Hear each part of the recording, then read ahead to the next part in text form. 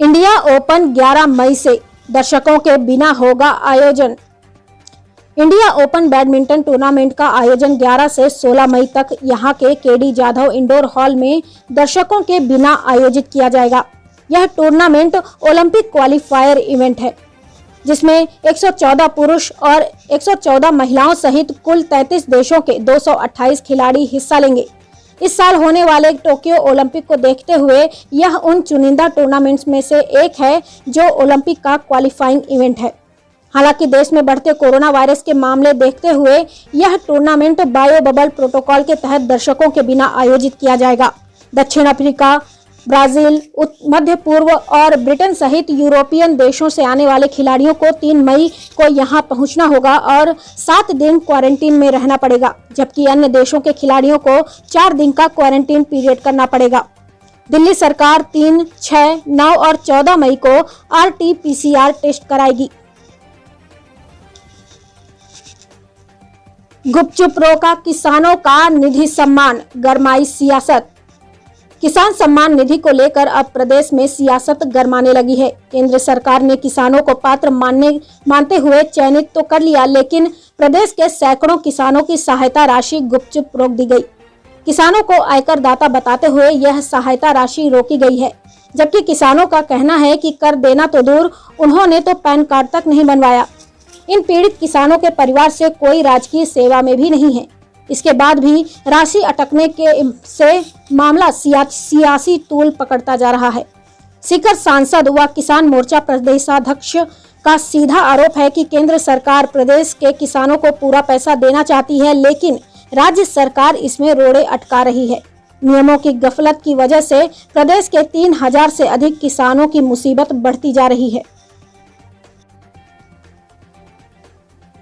LLB का gold medallist भी LLM में प्रवेश को तरसा।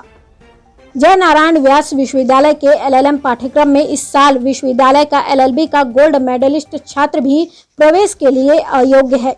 विश्वविद्यालय ने शैक्षणिक सत्र 2019-20 में LLB में लगभग 68% वाले विद्यार्थी को गोल्ड मेडल पहनाया है, लेकिन अगली कक्षा LLM में सामान्य श्रेणी की कट ऑफ ही 74.5% पर गई। गोल्ड मेडल प्राप्त करने वाला विद्यार्थी भी हैरान है कि जिस विश्वविद्यालय में उसे गोल्ड मेडल मिला है, वह उसी विश्वविद्यालय में अपनी अगली कक्षा में भी प्रवेश नहीं ले पा रहा है। उपचुनाव के लिए थम जाएगा प्रचार, प्रत्याशियों और राजनीतिक दलों के लिए पाबंदियां। प्रदेश की 3 विधानसभाओं में 17 अप्रैल को होने वाले मतदान के लिए गुरुवार शाम 6 बजे से प्रचार थम जाएगा। मुख्य निर्वाचन अधिकारी प्रवीण गुप्ता ने बताया कि भीलवाड़ा जिले की सहाड़ा, राजसमंद और चूरू जिले की सुजानगढ़ विधानसभा के लिए 17 अप्रैल को सुबह 7 बजे से शाम 6 बजे तक मतदान होगा। प्रचार थमने के बाद अब प्रत्याशी और समर्थक घर घर जाकर मतदाताओं से जनसंपर्क कर सकते हैं।